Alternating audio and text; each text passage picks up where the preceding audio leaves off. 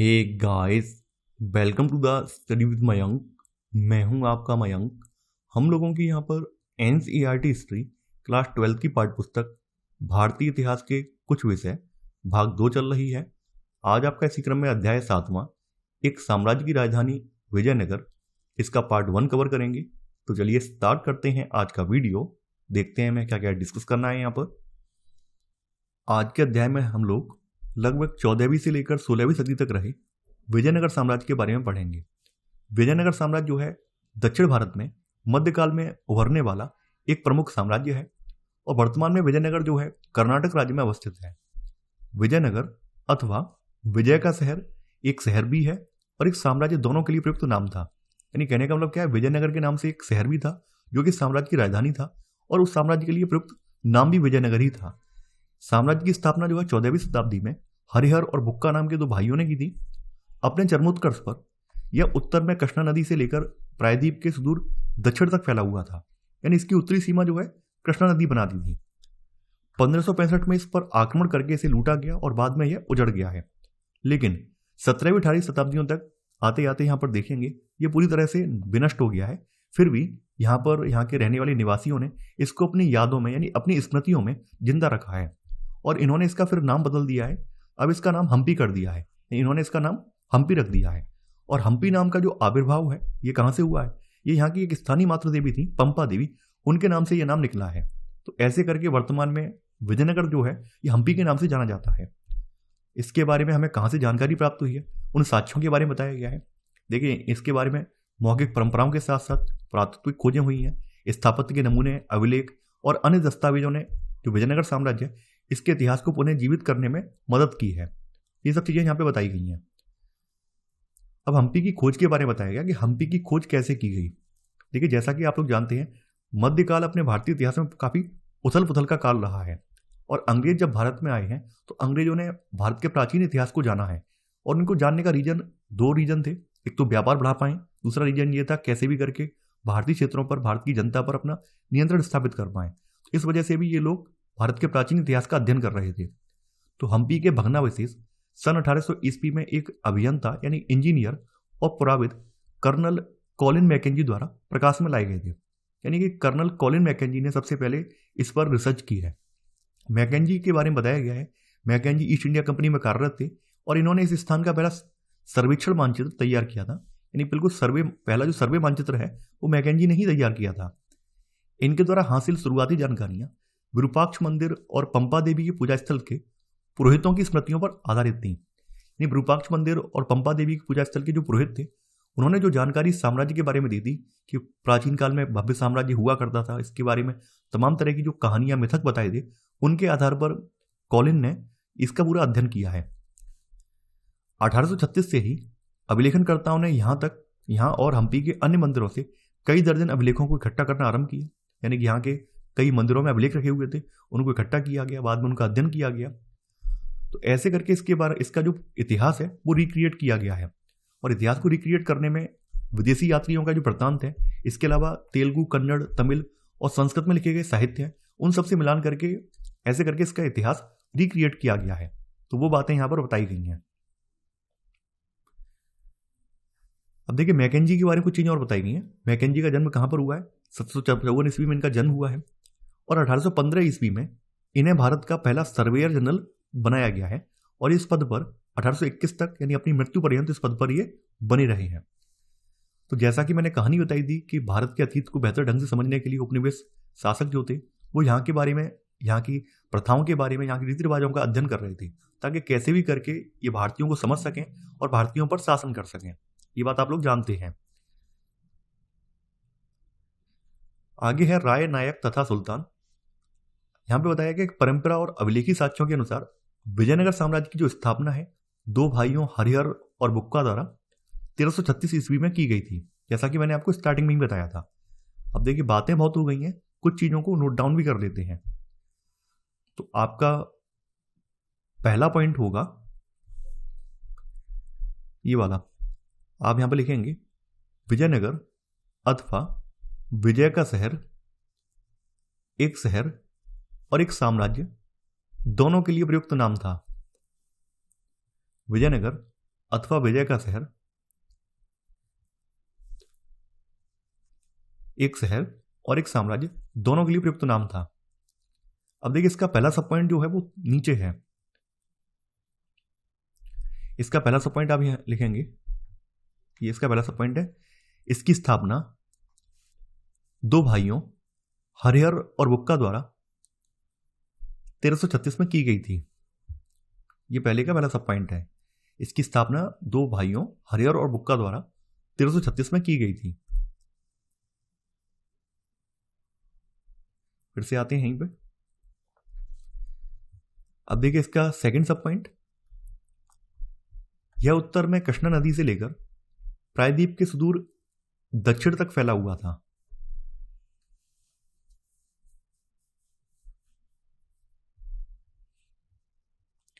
इसी में थर्ड सब पॉइंट, 1565 में इस पर आक्रमण कर इसे लूटा गया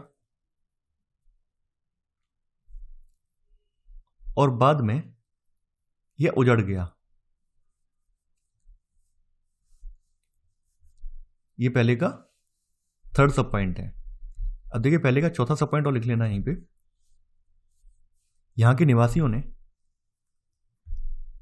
इसे स्मृतियों में हम्पी नाम से याद रखा। यहां के निवासियों ने इसे स्मृति में हम्पी नाम से याद रखा। इसी में आगे, इस नाम का आविर्भाव यहां की स्थानीय मातृ देवी पंपा देवी के नाम से हुआ था। यह आपका पहले का चौथा सब पॉइंट है। अब देखिए इनकी खोज, इसकी खोज करने वाले जो खोजकर्ता हैं कॉलिन मैकेंजी, इनके बारे में लिखेंगे। तो आपका सेकंड पॉइंट यहां पर आएगा, हम्पी के भग्नावशेष 1800 ईस्वी में एक अभियंता तथा पुराविद कर्नल कॉलिन मैकेंजी द्वारा प्रकाश में लाए गए थे। यह आपका सेकंड पॉइंट है।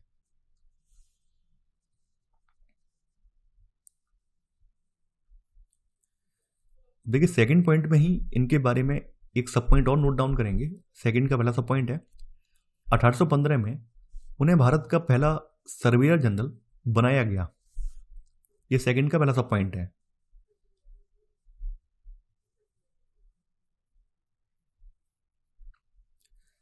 देखिए विजयनगर साम्राज्य के बारे में यहां पर कुछ बुनियादी जानकारी दी गई है। जैसे बताया गया है कि साम्राज्य की अस्थिर सीमाओं में अलग अलग भाषाएं बोलने वाले और अलग अलग धार्मिक परंपराओं को मानने वाले लोग रहते थे।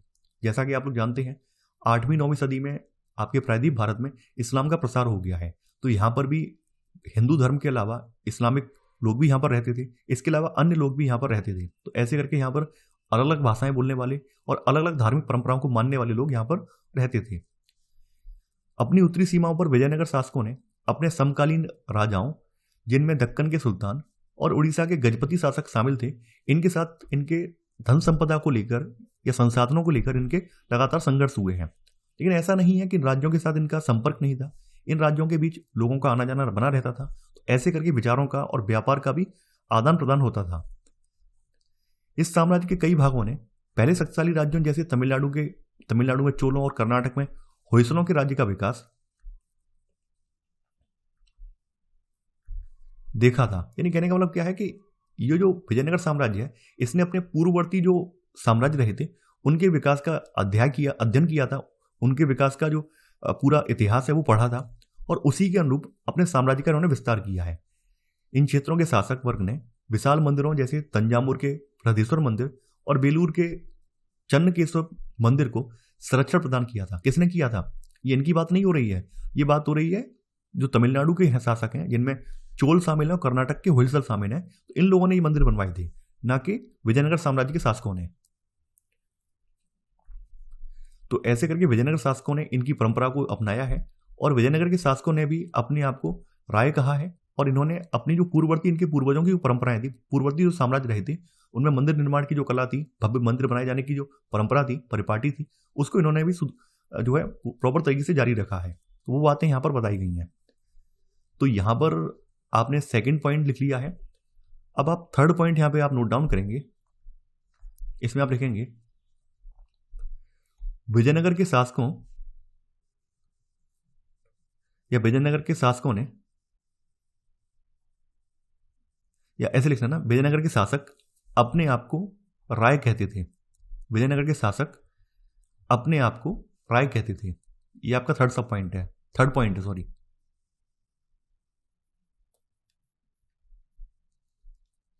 इसी में ही सब पॉइंट, विजयनगर शासकों ने अपने समकालीन राजाओं, जिनमें दक्कन के सुल्तान तथा उड़ीसा के गजपति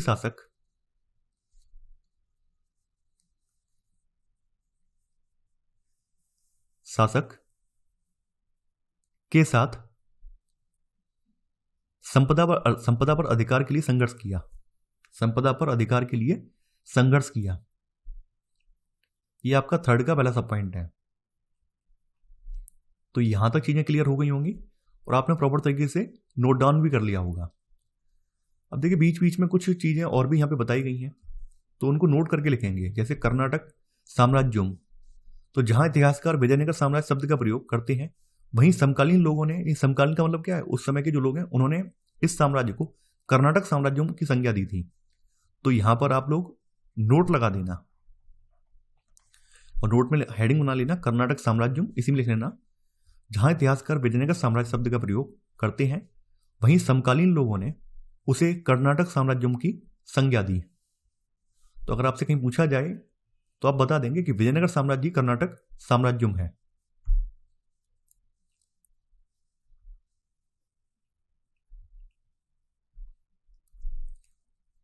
अब देखिए गजपति का अर्थ बताया गया है। गजपति का जो शाब्दिक अर्थ है वो है हाथियों का स्वामी होता है। तो 15वीं शताब्दी में उड़ीसा के जो शक्तिशाली शासक थे उनका नाम भी यही था। विजयनगर की जो लोक प्रचलित परंपराएं हैं, इनमें दक्कन के सुल्तानों को अश्वपति या घोड़ों के स्वामी और रायों को नरपति या लोगों के स्वामी भी संज्ञा दी गई। राय कौन है? जो यहाँ के शासक हैं, क्योंकि यहाँ के शासकों ने अपने को राय कहा है। तो ऐसे करके इन रायों ने अपने आप को कौन कौन सी संज्ञा दी है? इन रायों को नरपति या लोगों के स्वामी की संज्ञा दी गई है। तो देखिए आप लोग क्या करेंगे, तीसरे का सेकंड सब पॉइंट यहाँ नोट डाउन कर लेंगे। तीसरा पॉइंट आपको चल रहा था, तीसरे का पहला सब पॉइंट लिख लिया होगा, सेकंड सब पॉइंट इसी में ही रायों को, राय का मतलब विजयनगर के शासकों ने अपने आप को राय कहा है, रायों को नरपति या लोगों के स्वामी की संज्ञा दी गई है।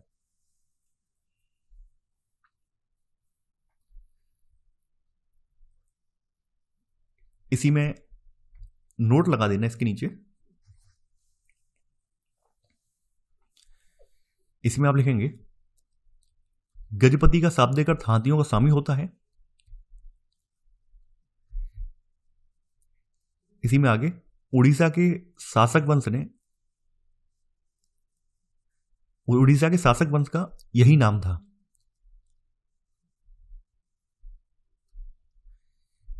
इसी में सब पॉइंट, विजयनगर की लोक प्रचलित परंपराओं में दक्कन के सुल्तानों को अश्वपति या घोड़ों के स्वामी की संज्ञा दी गई थी। तो अगर आपसे पूछा जाए कि विजयनगर साम्राज्य के दौरान गजपति कौन से साम्राज्य को कहा गया है या फिर अश्वपति कौन से साम्राज्य के सुल्तानों को कहा गया है, तो आप बता देंगे गजपति कहा गया उड़ीसा वालों को और जो अश्वपति हैं उन्हें कहा गया दक्कन के सुल्तानों को। तो यहां तक बात स्पष्ट है। अब आगे बढ़ते हैं। अब देखिए शासक कैसे थे, व्यापारी कैसे थे, यहां पर वो सब चीजें बताई गई हैं। चूंकि इस काल में युद्ध कला प्रभावशाली अश्वसेना पर आधारित होती थी। देखिए यहां पर इस समय तक आते आते जो युद्ध थे, युद्धों का ट्रेंड बदल गया था, युद्धों की टेक्निक जो थी वो बदल गई थी। अब पूरे युद्ध जो लड़े जाते थे वो अश्वसेना पर लड़े जाते थे और अश्वसेना के लिए अच्छे खासे घोड़ों की आवश्यकता होती थी और अच्छी किस्म के, अच्छी नस्ल के घोड़े जो हैं वो अरब और मध्य एशिया से लाए जाते थे।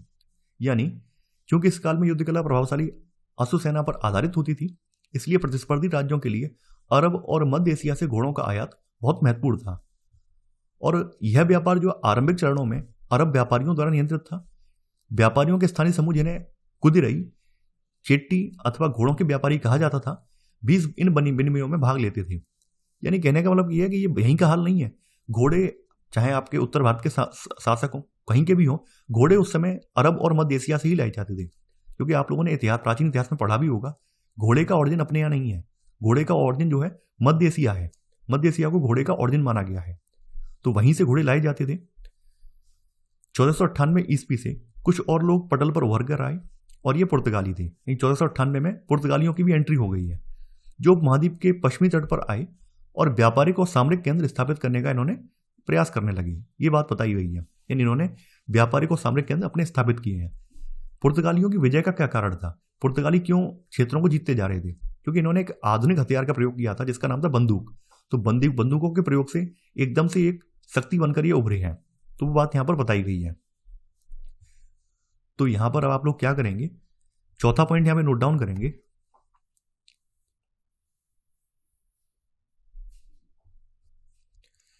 इसमें आप लिखेंगे विजयनगर में घोड़ों का व्यापार।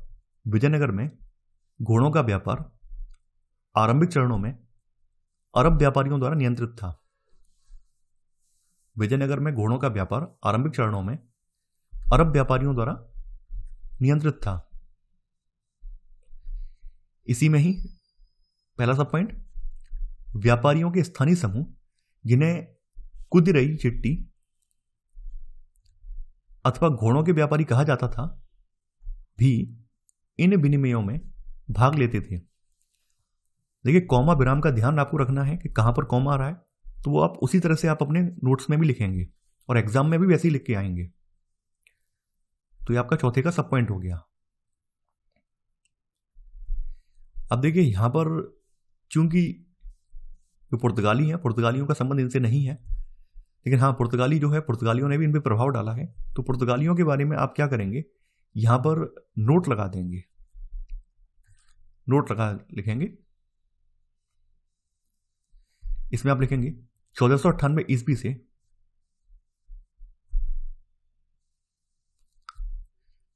पुर्तगालियों उपमहाद्वीप के पश्चिमी तट पर आए और व्यापारिक तथा सामरिक केंद्र स्थापित करने का प्रयास करने लगे।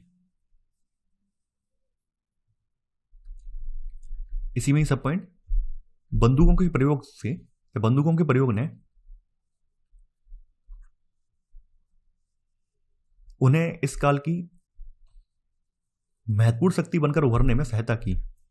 बंदूकों के प्रयोग ने उन्हें इस काल की महत्वपूर्ण शक्ति बनकर उभरने में सहायता की।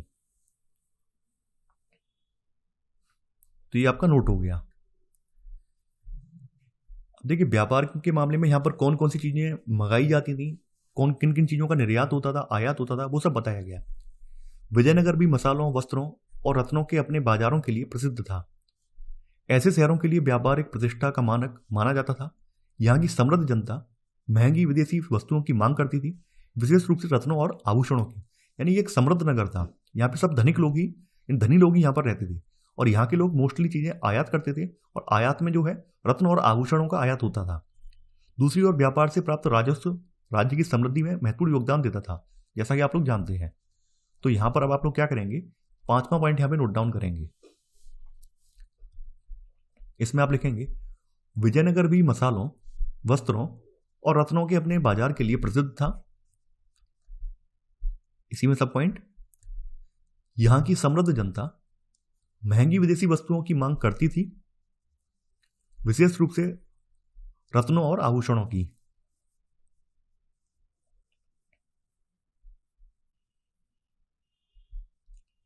अब आपकी हेडिंग है राज्य का चरमोत्कर्ष तथा पतन, यानी विजयनगर साम्राज्य का चरमोत्कर्ष कैसे हुआ और इसका पतन फिर बाद में कैसे हुआ है, उसके बारे में यहां पर चर्चा की गई है। देखिए, विजयनगर साम्राज्य जो है, इस पर 4 वंशों ने शासन किया है, जिसमें संगम वंश ने इसकी नींव रखी है। सुलभों ने बाद में संगम वंश को उखाड़ के फेंका है। सुलभों के बाद तुलुब आए हैं और तुलुबों के बाद यहाँ पे अराविदु आए हैं। तो अराविदु के काल में आकर ये पूरा जो साम्राज्य है पूरा बिल्कुल खत्म हो गया है। तो ऐसे करके यहाँ पर आप ये देखेंगे 4 वंशों का यहाँ पर शासन रहा है। तो चारों के बारे में यहाँ पे जानकारी दी गई है। पहला राजवंश जो कि संगम वंश कहलाता था, देखिए हरिहर और बुक्का जो थे इसी वंश से बिलोंग करते थे। यानी पहला राजवंश जो संगम वंश कहलाता था, इसने 1485 तक नियंत्रण रखा है। बाद में इन्हें सुलभों ने उखाड़ फेंका है, जो कि सैनिक कमांडर थे और वे 1503 तक सत्ता में रहे। सैनिक कमांडर का मतलब होने का मतलब क्या है, यानी सेनापति वगैरह जो इनका रहा होगा संगम वंश वालों का, उन्हीं ने बाद में संगम वंश को खत्म कर दिया है और अब उनके स्थान पर अपना वंश यहाँ पर स्थापित किया है। इसके बाद तुलुवों ने इनका स्थान लिया है, और कृष्णदेव राय तुलुव वंश से ही संबद्ध थे। सुलभ के बाद तुलुव आए हैं। कृष्णदेव राय की कुछ उपलब्धियां बताई गई हैं, जैसे उनके काल में तुंगभद्रा और कृष्णा नदियों के बीच का जो क्षेत्र था, जिसको रायचूर दोआब कहा जाता है, ये हासिल किया गया है। उड़ीसा के जो गजपति थे उनका दमन किया गया है, और बीजापुर के सुल्तानों को भी बुरी तरह पराजित किया गया है। तो ये उनकी कुछ उपलब्धियां हैं। इसके अलावा जो कृष्णदेव राय हैं, कृष्णदेव राय ने भारतीय मंदिर जो है, दक्षिण भारतीय जो मंदिर थे, उनमें कुछ नए तत्व भी जोड़े हैं। जो प्राचीन दक्षिण भारतीय मंदिर थे उनमें इन्होंने नए प्रवेश द्वार अर्थात भव्य गोपुरमों का निर्माण भी इन्होंने करवाया है। तो ये इनकी कुछ उपलब्धियां हैं। तो यहां पर हम लोग नोट डाउन करेंगे। छठवां पॉइंट आप लिखेंगे,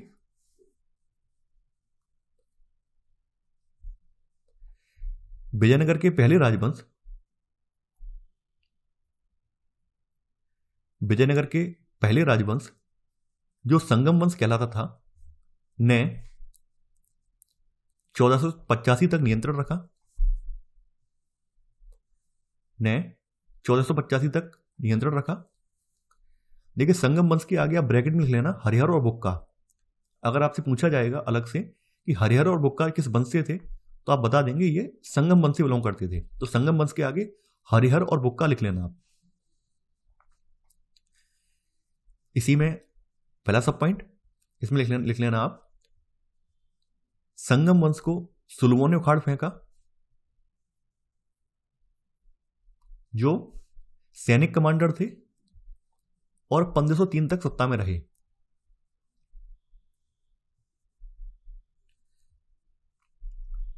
इसी में सेकंड सब पॉइंट, इसके बाद तुलुवों ने सुलभों का स्थान लिया, उनकी जगह लिख देना सुलभों का। इसके बाद तुलुवों ने सुलभों का स्थान लिया, विराम। कृष्णदेव राय तुलुव वंश से ही संबद्ध था,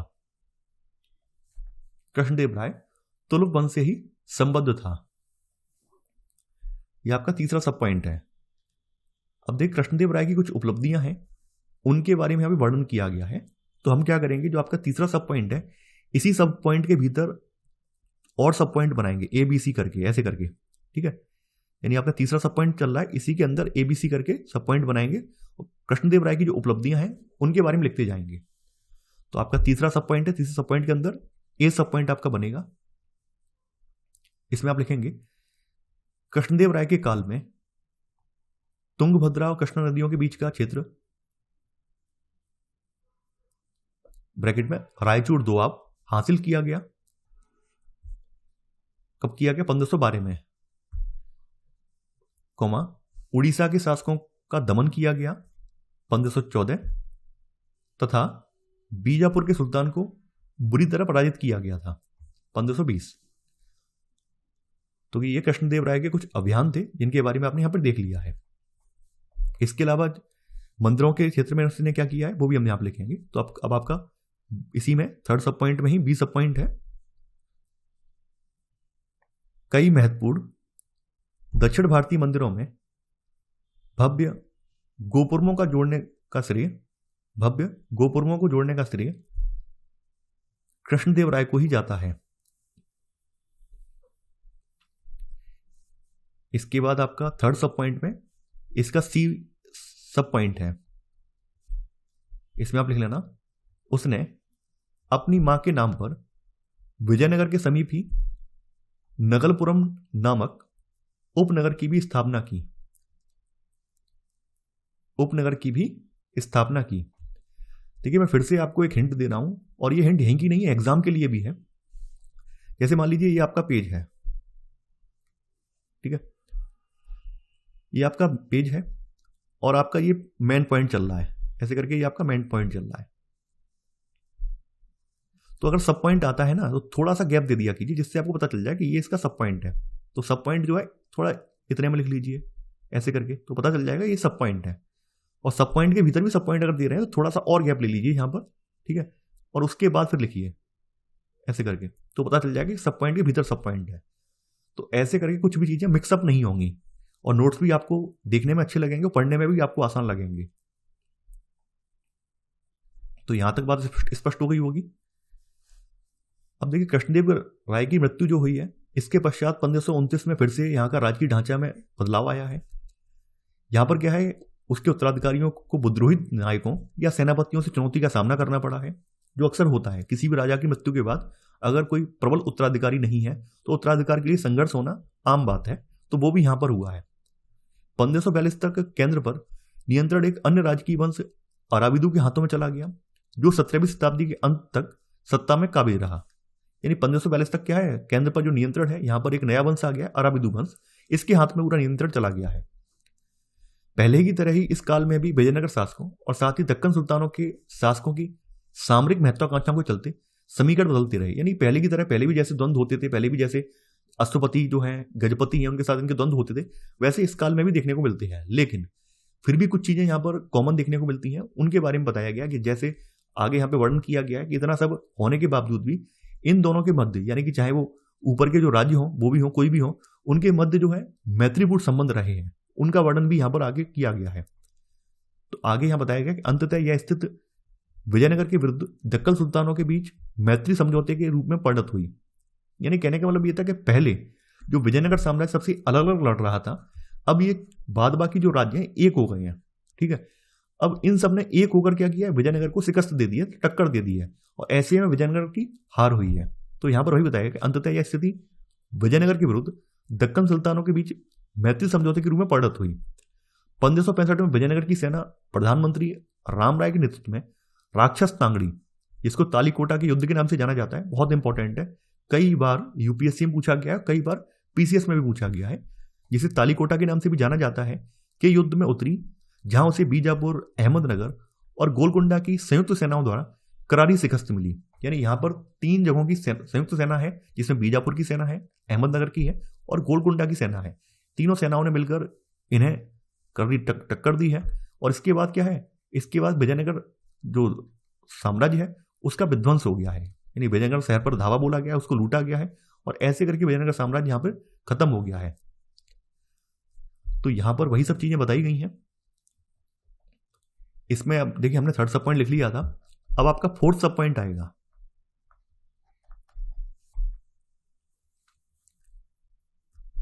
इसमें आप लिखेंगे कृष्णदेव राय की मृत्यु के पश्चात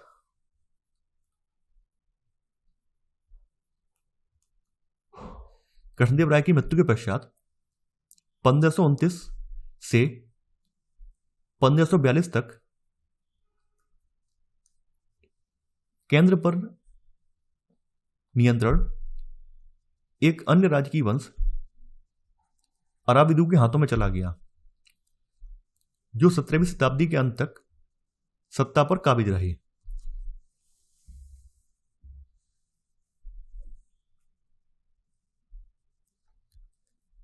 अब इसी में 5वां सब पॉइंट, 1565 में विजयनगर की सेना प्रधानमंत्री राम राय के नेतृत्व में राक्षसी तांगड़ी ब्रैकेट में तालीकोटा के युद्ध में उतरी, जहां उसे बीजापुर, अहमदनगर तथा गोलकुंडा की संयुक्त सेनाओं द्वारा करारी शिकस्त मिली।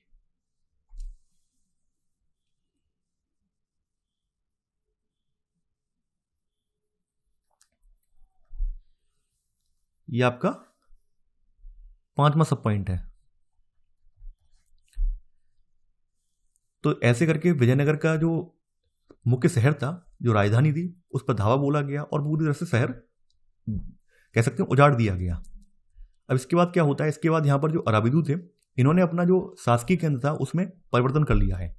अब साम्राज्य का जो केंद्र है वो पूर्व की ओर स्थानांतरित हो गया है, जहां पर अराबिदू राजवंश ने पेनुकोंडा से और बाद में चंद्रगिरी से शासन किया। यानी ये सब उत्पात होने के बाद जब यहाँ की इन पर अराबिदू शासकों की शक्ति क्षीण हो गई है, तो इन्होंने अपनी राजधानी यहाँ से स्थानांतरित कर ली है। तो यहाँ पर 5वां सब पॉइंट लिख लिया है। अब यहाँ पर आप 6वां सब पॉइंट आप लिखेंगे। इसमें आप लिखेंगे विजयी सेनाओं ने विजयनगर शहर पर धावा बोलकर उसे लूटा और उसे उजाड़ दिया।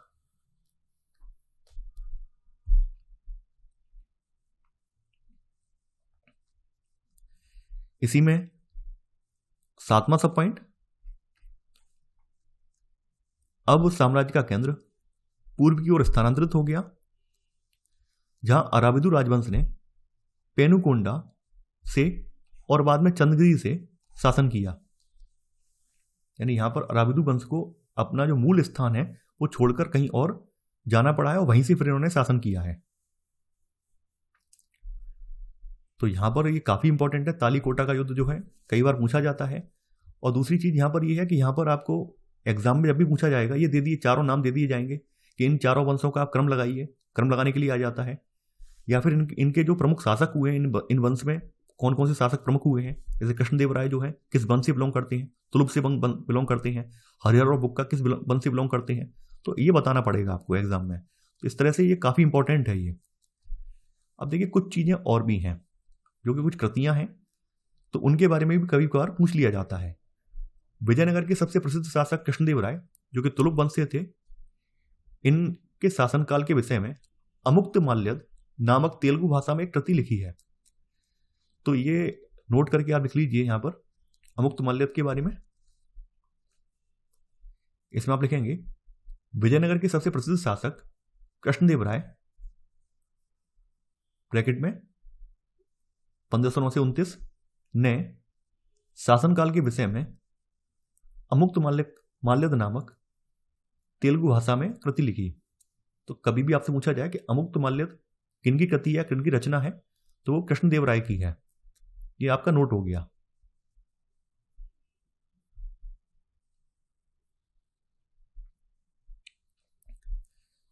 अब देखिए यहां पर आपके सामने फिर से मैं दिखा दे रहा हूं कहां पर आपका विजयनगर पड़ेगा।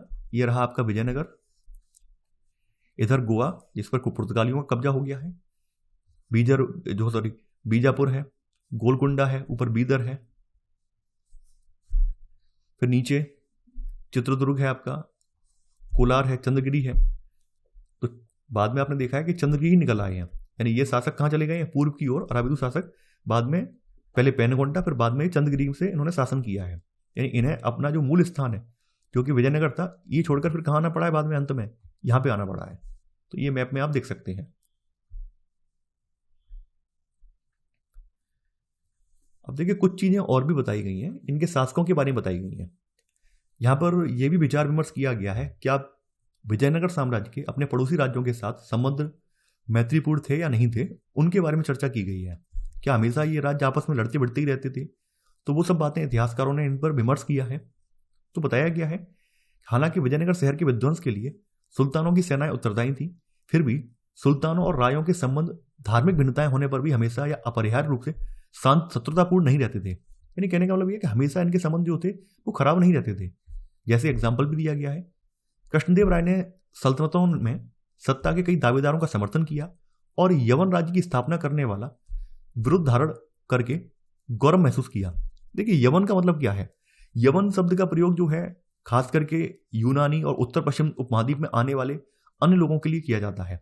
यानी कि कृष्णदेव राय ने जो सल्तनत शासक हैं, यहाँ पर जो सल्तनतें हैं उनके लोगों को यवन बोला है, यवन शासक बोला, यवन बोला है। तो यहाँ पर यवन राज्य की स्थापना करने वाला विरुद्ध धारण करके गौरव महसूस किया। इसी प्रकार बीजापुर के सुल्तान ने कृष्णदेव राय की मृत्यु के पश्चात विजयनगर में उत्तराधिकार के विवाद को सुलझाने के लिए हस्तक्षेप किया है। तो ये यहाँ पर आप ऐसे करके देख सकते हैं कि बेशक इनके बीच में युद्ध होते रहे हों, लेकिन फिर भी कुछ हद तक कुछ संबंध इनके स्थापित थे। तो वो बात यहाँ पे बताई गई है। वास्तव में विजयनगर शासक और सल्तनतें दोनों ही एक दूसरे के स्थायित्व को निश्चित करने की इच्छुक थी और यह राम राय की जोखिम भरी नीति थी जिसके अनुसार उसने एक सुल्तान को दूसरे के विरुद्ध करने की कोशिश की, किंतु वे सुल्तान एक हो गए। देखिए राम राय की जो नीति रही है वो रही है डिवाइड एंड रूल की। राम राय ने क्या किया कि तीनों छोटे छोटे राज्य थे उनमें आपस में फूट डाले रखा, लेकिन बाद के समय में अराविदु वंश के समय में ये तीनों राज्य एक हो गए हैं। जब तीनों राज्य एक हो गए, इन्होंने अपनी शक्ति को पहचाना है और ऐसे करके तालीकोटा के युद्ध में फिर करारी शिकस्त दी है। तो ये सब चीजें यहाँ पे चर्चा की गई, विचार विमर्श किया गया है। तो ये सब चीजें मौखिक हैं, इनको लिखवाने की आवश्यकता नहीं है। यहां पर आप नोट के रूप में आप इसे लिख सकते हैं, नोट करके इसमें आप लिख लेना यवन संस्कृत भाषा का शब्द है जिसका प्रयोग यूनानियों तथा उत्तर पश्चिम से उपमहाद्वीप में आने वाले अन्य लोगों के लिए किया जाता था।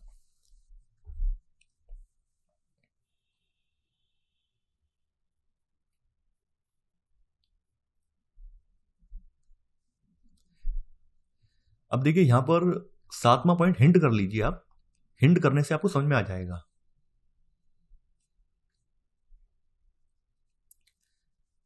इसमें लिख लेना आप, सुल्तानों और रायों के संबंध धार्मिक भिन्नताएं होने पर भी हमेशा या अपरिहार्य रूप से शत्रुतापूर्ण नहीं रहते थे।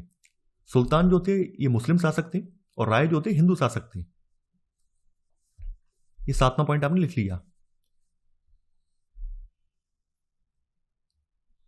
देखिए अब हम लोगों की हेडिंग पड़ेगी राय तथा नायक।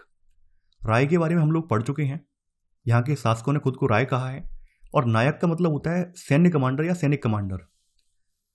तो यहाँ पर नायक के बारे में बताया गया कि साम्राज्य में शक्ति का प्रयोग करने वालों में सेना प्रमुख होते थे, जो सामान्यतः किलों पर नियंत्रण रखते थे और जिनके पास खुद की सशस्त्र सेना होती थी, खुद के सशस्त्र समर्थक होते थे।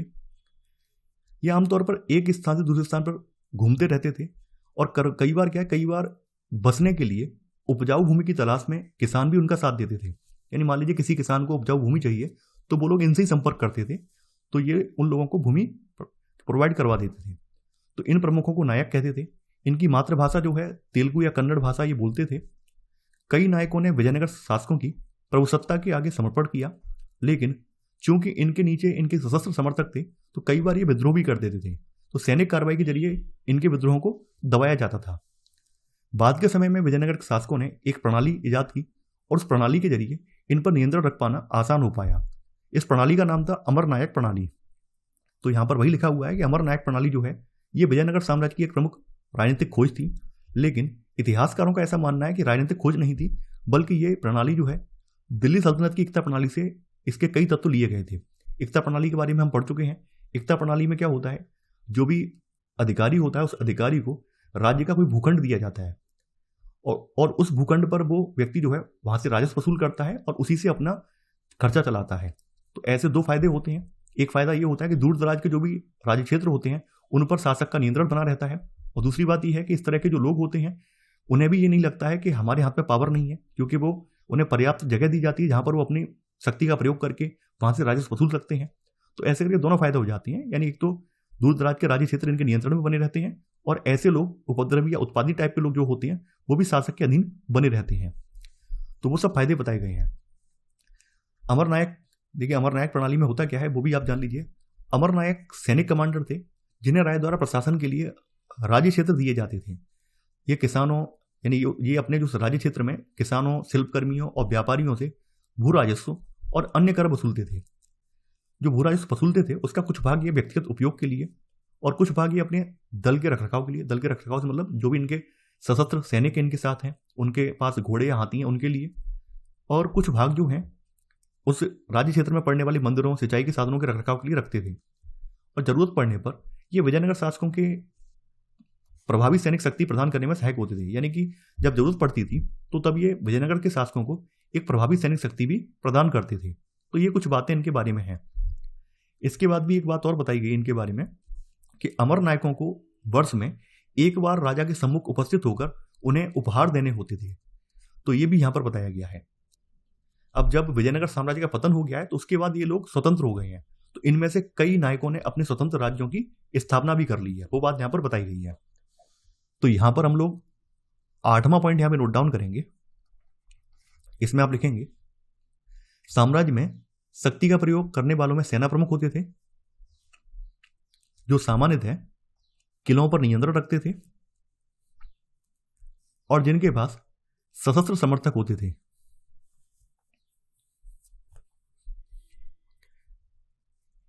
इसी में सब पॉइंट, इन प्रमुखों को नायक कहते थे और ये आमतौर पर तेलुगु या कन्नड़ भाषा बोलते थे। यह 8वें का पहला सब पॉइंट है। 8वें का सेकंड सब पॉइंट, कई नायकों ने विजयनगर शासक की प्रभुसत्ता के आगे समर्पण किया पर ये अक्सर विद्रोह कर देते थे। यह 8वें का सेकंड सब पॉइंट है।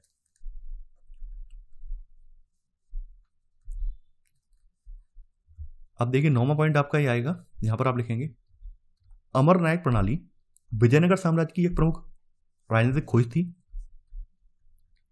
इसका पहला सब पॉइंट, अमर नायक सैनिक कमांडर थे जिन्हें राय द्वारा प्रशासन के लिए राज्य क्षेत्र दिए जाते थे। अब इसमें सब पॉइंट, सेकंड सब पॉइंट 9 का, वे किसानों, शिल्पकर्मियों तथा व्यापारियों से भू राजस्व तथा अन्य कर वसूल करते थे, अपने राज्य क्षेत्र जो दिए जाते थे उसी में।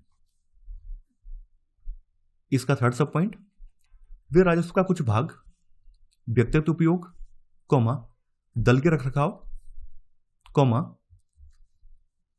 मंदिरों तथा सिंचाई के साधनों के रखरखाव के लिए खर्च करते थे। फिर से रिपीट कर रहा हूं मैं, वे राजस्व का कुछ भाग व्यक्तिगत उपयोग, दल के रखरखाव, मंदिरों तथा सिंचाई के साधनों के रखरखाव के लिए खर्च करते थे। इसी में चौथा सब पॉइंट, ये दल विजयनगर शासकों को एक प्रभावी सैनिक शक्ति प्रदान करने में सहायक होते थे।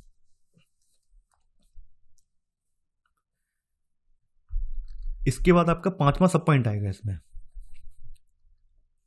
अमर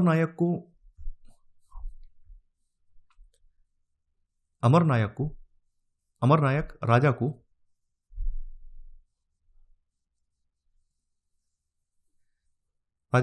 वर्ष में एक बार भेंट भेजा करते थे। यह आपका पांचवा सब पॉइंट है। इसी में अब आप लोग छठवां सब पॉइंट और नोट डाउन कर लीजिए। 17वीं शताब्दी में कई नायकों ने अपने स्वतंत्र राज्य स्थापित कर लिए। तो ऐसे करके राय और नायक का जो संबंध है उसके बारे में हमने चर्चा कर ली है।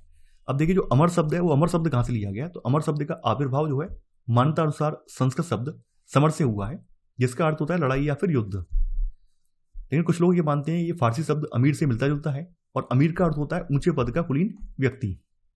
तो अमर शब्द जो है ये भारतीय नहीं है, बल्कि ये किसी और शब्द से बना हुआ है। तो ऐसा लोगों का मानना है। यहां पर देखिए आगे बताया गया कि विजयनगर राजधानी तथा उसका परिप्रदेश, यानी इसके बारे में अध्ययन करने के लिए यहां पर आप देख पा रहे हैं विजयनगर का यहां पे मैप दिया हुआ है।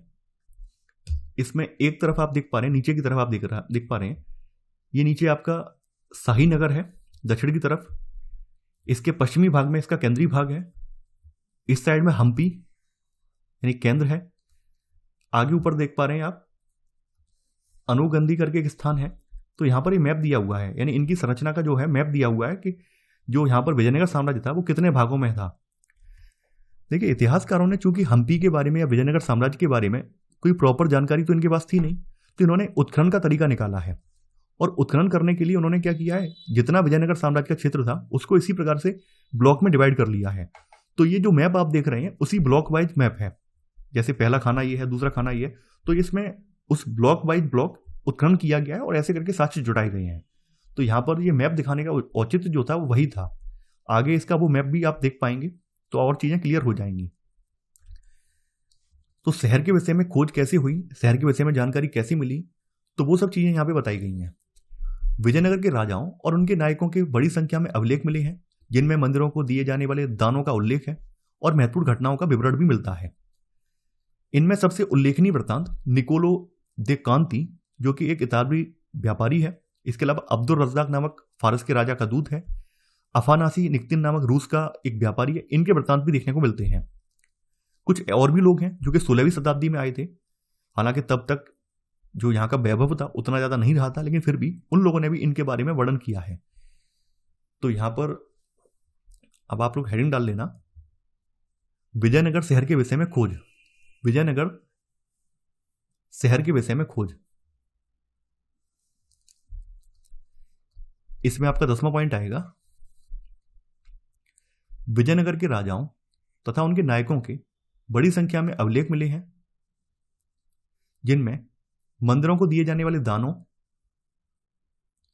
तथा महत्वपूर्ण घटनाओं का विवरण है।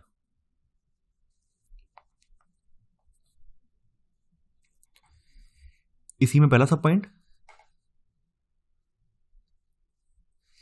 यात्रा वृत्तांतों में सबसे उल्लेखनीय वृत्तांत निकोलो दे कॉन्ती नामक इतालवी व्यापारी, कॉमा अब्दुल रज्जाक नामक फारस के राजा का दूत, कॉमा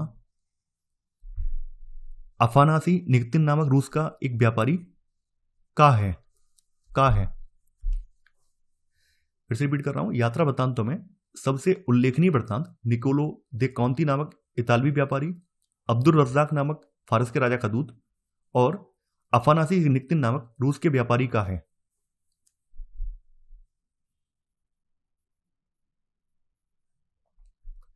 कुछ और भी लोग आए हैं बाद में सेकंड पॉइंट में, दुआर्ते बारबोसा, डोमिंगो पेस और पुर्तगाल का फर्नोवा नूनिज, ये सभी जो है 16वीं शताब्दी में यहां पर आए थे। ये आपका 10वें का सेकंड सब पॉइंट है। तो देखिए डोमिंगो पेस ने यहां पर जो शहर देखा है उसके बारे में विवरण दिया है। तो बताया गया है इस शहर का परिमाप जो है मैं यहां नहीं लिख रहा हूं क्योंकि यह एक स्थान से पूरी तरह नहीं देखा जा सकता है। ये किसी पहाड़ी की ऊंचाई पर खड़े होकर पूरा शहर देख पाया है। मैं इसे पूरी तरह से नहीं देख पाया क्योंकि यह कई पर्वत श्रृंखलाओं के बीच में स्थित है। वहां से मैंने जो देखा वह मुझे रोम जितना विशाल प्रतीत हुआ और देखने में अत्यंत सुंदर। इसमें पेड़ों के कई उपवन हैं। बताया गया है यहाँ पर कि आवासों के बगीचों में तथा पानी की कई नालियां जो इसमें आती हैं और कई स्थानों पर झीलें भी हैं तथा राजा के महल के समीप ही खजूर के पेड़ों का बगीचा और अन्य फल प्रदान करने वाले वृक्ष भी लगे थे। ये डोमिंगो पेस का विवरण है जो कि आपके सामने यहां पर दिया गया है। अब देखिए यहां पर जल संपदा के बारे में बताया गया है। क्योंकि ये जो पूरा विजयनगर वाला क्षेत्र था पहाड़ियों से घिरा हुआ था, तो यहां पर पानी वगैरह लाने के लिए कौन कौन सी तकनीकों का इस्तेमाल हुआ है वो सब चीजें बताई गई हैं। तो बताया गया कि विजयनगर की भौगोलिक स्थिति के विषय में सबसे चौंकाने वाला तथ्य क्या है? तुंगभद्रा नदी द्वारा यहां पर निर्मित एक प्राकृतिक कुंड। यह नदी जो थी उत्तर पूर्व दिशा में बहती है। आसपास का पूरा भूदृश्य जो है रमणीय ग्रेनाइट की पहाड़ियों से परिपूर्ण है। लगभग सभी धाराओं के साथ बांध बनाकर अलग अलग आकारों के हौज यहां पर बनाए गए थे।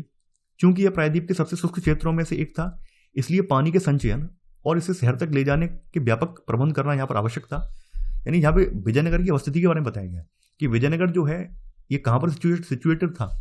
ये ऐसी जगह पर था जो कि शुष्क क्षेत्र था, तो इस वजह से यहाँ पर पानी का प्रबंध करवाना बहुत आवश्यक था। ऐसे सबसे महत्वपूर्ण हौजों में एक का निर्माण 15वीं शताब्दी के आरंभिक वर्षों में हुआ, जिसे आज कमलपुरम जलाशय कहा जाता है। यानी यहाँ पर कमलपुरम जलाशय आप देख रहे होंगे, तो उसका निर्माण विजयनगर शासकों के टाइम पर ही हुआ है।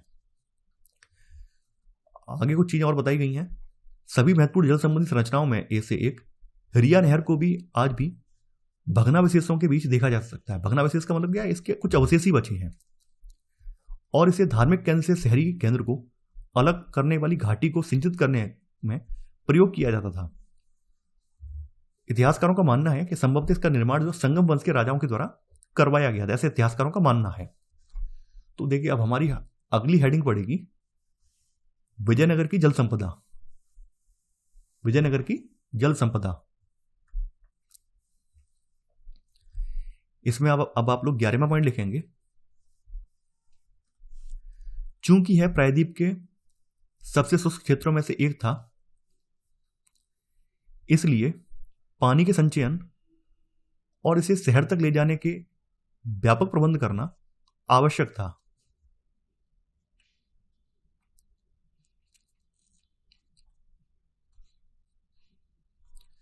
इसी में सब पॉइंट 15वीं शताब्दी के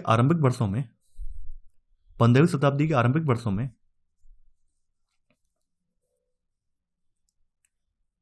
एक हौज का निर्माण हुआ, जिसे आज कमलपुरम जलाशय कहा जाता है।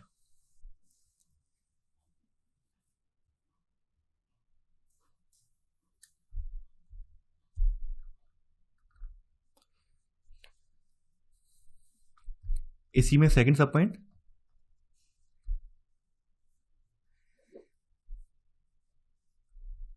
इसमें लिखेंगे आप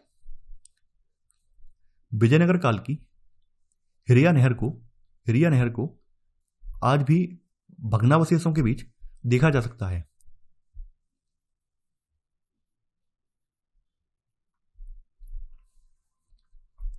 तो यहाँ पर ये कुछ चीज़ें हैं वो आपने यहाँ पर देख ली हैं। अब इनकी किलेबंदी और इनकी सड़क योजना कैसी थी वो भी हम जानेंगे। तो आगे आगे आप क्या करेंगे, हेडिंग डालेंगे विजयनगर, ऐसे करके हेडिंग डालेंगे और हेडिंग के आगे आप डैश लगा के लिखेंगे किलेबंदियां तथा सड़कें। तो देखिए यहाँ पर जो यात्री आए हैं उन्होंने अपनी जो यात्रा वृत्तांत दिया है, उस यात्रा वृत्तांत में यहाँ की सड़कों के बारे में, यहाँ की जल योजना के बारे में पूरा वृत्तांत लिखा है। 15वीं शताब्दी में फारस के शासक द्वारा कालीकट भेजा गया दूत अब्दुल रज़्ज़ाक किलेबंदी से बहुत प्रभावित हुआ और उसने दुर्गों की 7 पंक्तियों का उल्लेख किया है। यानी इसने बताया है कि यहाँ पर दुर्गों की जो है, दुर्ग बने गए हैं, उनकी 7 पंक्तियां देखने को मिलती हैं। तो यहाँ पर आप साथ के साथ नोट डाउन भी करते जाइए। 12वां पॉइंट है, अब्दुल रज़्ज़ाक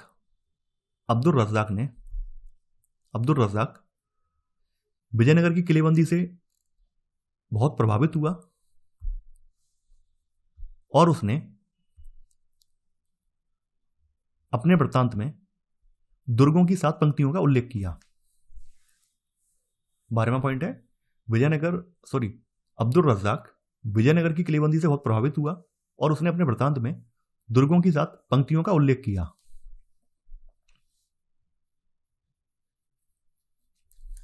अब जैसे बताया गया कि सबसे जो भारी दीवार थी वो शहर के चारों ओर बनी पहाड़ियों को आपस में जोड़ती थी और यह विशाल राजगीर संरचना थोड़ी सी सूंड के आकार जैसी थी। गारे या जोड़ने के लिए किसी भी वस्तु का निर्माण में कहीं भी प्रयोग नहीं किया गया था। यानी पत्थर के टुकड़े फानाकर थे जिसके कारण वे अपने स्थान पर टिके रहे, पत्थर में पत्थर फंसाकर बनाई गई थी। दीवारों के अंदर का भाग मिट्टी और मलबे के मिश्रण से बना हुआ था। वर्गाकार तथा आयताकार बुर्ज बाहर की ओर निकले हुए थे। वर्गाकार और आयताकार बुर्ज जो थे वो बाहर की ओर निकाले गए थे। ये सबसे भारी दीवार की विशेषता बताई गई है। यानी इनकी सबसे भारी दीवार जो थी शहर के चारों ओर बनी पहाड़ियों के आपस में जोड़ती थी, ये बताया गया यहाँ पर।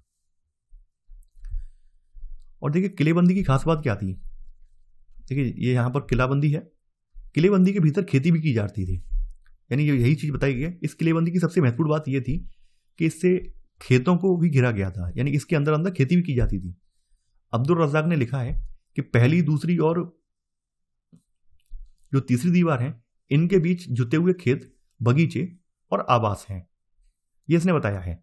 ऐसा क्यों किया गया? ऐसा इसलिए किया गया, कई बार क्या होता है, कई बार किसी भी शासक की राजधानी को घेरने के लिए कई मंथ का घेराव होता है। पहले के समय में जो लड़ाइयां होती थी वो 1 या 2 दिन की नहीं होती थी, बल्कि सालों साल चलती थी। तो ऐसे में बाहर से जो राशन की आपूर्ति वगैरह होती है वो अवरुद्ध कर दी जाती है, रोक दी जाती है। तो इन सब को देखते हुए, इन सब चीजों को भांपते हुए शासकों ने इस तरह की कृषि पद्धति को अपनाया ताकि अंदर रहने वाले लोगों को अनाज की कभी किल्लत पड़े ही ना। और खेती को इन्होंने क्या किया है, खेती को अपने जो किले की परिधि है उसके भीतर ले लिया है ताकि कभी ऐसी सिचुएशन आ जाए तो सिचुएशन के सामने ये सरेंडर ना करें। तो ऐसा इसलिए किया गया। तो ये आगे बताया गया कि इन कथनों की आज के पुरातत्वविदों द्वारा पुष्टि भी की गई है, जिन्होंने धार्मिक केंद्र तथा नगरीय केंद्र के बीच एक कृषि क्षेत्र के साक्ष्य खोज निकाले हैं। तो वो सब चीजें यहाँ पे बताई गई। आज के समय उत्खनन हो रहा है तो उत्खनन में इन सब के बारे में पता भी चला है। तो यहां पर अब आप लिखेंगे इसी में 12 का पहला सब पॉइंट, उसके अनुसार पहली दूसरी और तीसरी दीवारों के बीच जुते हुए खेत, बगीचे तथा आवास हैं।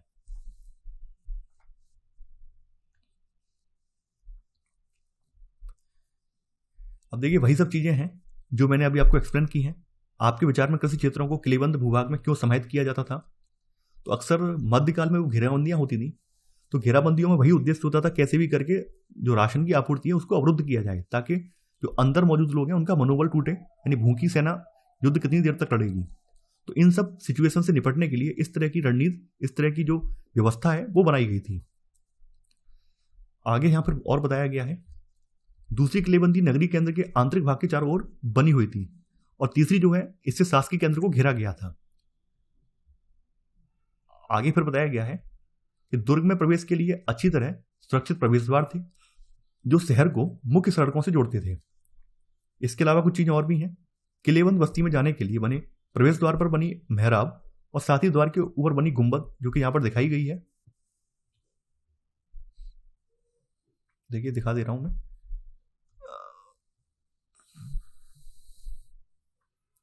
ये है आपके सामने इमेज है। तो दुर्ग में एंटर करने के लिए यहाँ पर एक मेहराब बनाई गई है, प्रवेश द्वार भी है यहाँ पर, जो कि आप देख पा रहे हैं।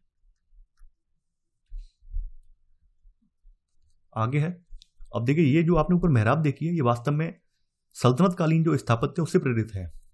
तो कला इतिहासकार इसको, इस शैली को इंडो इस्लामिक या हिंदी इस्लामी शैली कहते हैं। तो यहां पर अब आप लोग क्या करेंगे, आपने पहला सब पॉइंट लिख लिया है 11वें का, सेकंड सब पॉइंट और लिखेंगे। दूसरी किलेबंदी नगरी केंद्र के आंतरिक भाग के चारों ओर बनी हुई थी, और तीसरी से शासकीय केंद्र को घेरा गया था।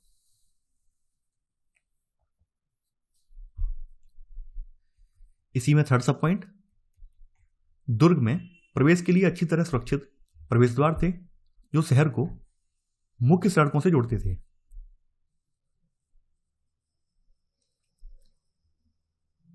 तो ऐसे करके आपने ये जो पॉइंट है पूरा, ये पॉइंट नोट डाउन कर लिया है।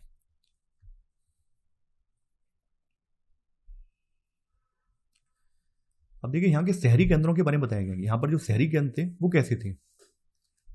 तो इनके बारे में लिखा गया है कि शहरी केंद्र की ओर जाने वाली सड़कों पर चलें, सामान्य लोगों के आवासों के अपेक्षाकृत कम पुरातात्विक साक्ष्य मिले हैं। जैसा कि आप लोग जानते हैं कि अक्सर हर काल में हुआ है कि जो आम जनता है, आम जनता इतना ज़्यादा ग्रोथ नहीं कर पाई है, बल्कि उस समय के जो शासक हैं, शासकों ने बहुत ज़्यादा ग्रोथ की है। क्योंकि आम जनता तो कर्ज में या फिर जो भी इनका जो राजस्व वसूलते थे, उस राजस्व के बोझ में ही दबी रही है, उसका विकास हो ही नहीं पाया है। और इन शासकों ने भी जनता की जो दशा है उसको सुधारने के लिए कोई प्रयत्न नहीं किए हैं। तो यहाँ पर वही सब साक्ष्य हमें यहाँ पर भी देखने को मिलते हैं। अब देखिए कुछ स्थानों का उत्खनन किया गया है, उत्खनन से कुछ चीजें पता चली हैं। यहाँ पे लिखा हुआ उत्खनित पटरी का एक भाग है, जो कि आपके सामने यहाँ पर दिया हुआ है, दिखा दे रहा हूं मैं। तो यहाँ के घरों के बारे में बताया। देखिए पुर्तगाली यात्री ने कुछ विवरण दिया है, इसने यहाँ पर लिखा है कि लोगों के अन्य आवास छप्पर के हैं, फिर भी सुदृढ़ हैं। यानी कहने का मतलब क्या है कि यहाँ पर कच्चे घर, कच्ची मिट्टी के घर बनाए जाते थे। इसके अलावा जो आजकल सर्वेक्षण वगैरह हुआ, उससे भी कुछ चीजें स्पष्ट हुई हैं। जैसे क्षेत्र सर्वेक्षण इंगित करते हैं कि इस पूरे क्षेत्र में बहुत से पूजा स्थल और छोटे मंदिर थे, जो विविध प्रकार के संप्रदायों, जो संभवतः विभिन्न समुदायों द्वारा संरक्षित थे। ये चीजें भी पुष्ट की गई हैं। तो यहां पर अब आप लोग क्या करेंगे, 12वां पॉइंट लिख लिया है, 13वां पॉइंट और लिखेंगे। 13वें पॉइंट में आप लिखेंगे, इसमें आप लिखेंगे पुर्तगाली यात्री बारबोसा के अनुसार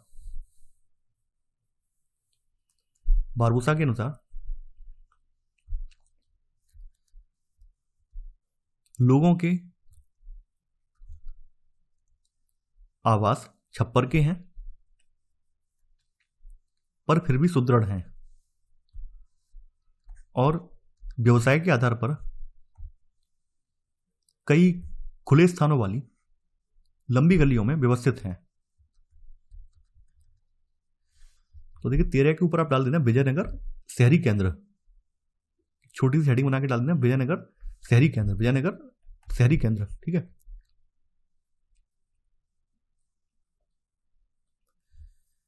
अब इसी में ही आगे 14वां पॉइंट, क्षेत्र सर्वेक्षण इंगित करते हैं कि इस पूरे क्षेत्र में बहुत से पूजा स्थल और छोटे मंदिर थे, जो विविध प्रकार के संप्रदायों, जो संभवतः विभिन्न समुदायों द्वारा संरक्षित थे। ये आपका 14वां पॉइंट है। तो ऐसे करके इस अध्याय का पार्ट 1 समाप्त हो गया। देखिए पार्ट 2 ज़्यादा लंबा नहीं है, छोटा सा पार्ट है, कुछ ज़्यादा नोट डाउन भी उसमें नहीं करना पड़ेगा, क्योंकि मोस्टली जो इंपॉर्टेंट पार्ट था वो आपका पार्ट 1 ही था। तो आज आपको पार्ट 1 मिल गया है, कल आपको पार्ट 2 भी मिल जाएगा। तो बने रहिए, इस वीडियो को लाइक और शेयर करना बिल्कुल मत भूलिए। तो चलिए आज के लिए बस इतना ही। Thanks for watching. जय हिंद।